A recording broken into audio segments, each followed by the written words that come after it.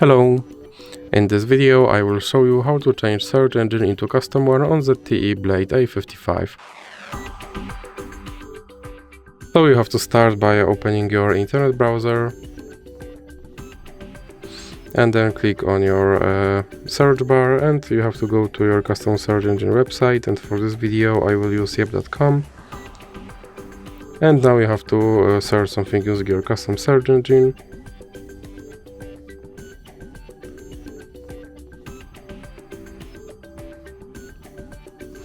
And then click on the three dots icon and go to settings. Then click on search engine, and here you can select yep.com from recently visited, and then you can go back. And as you can see, my search engine is now changed to Yep.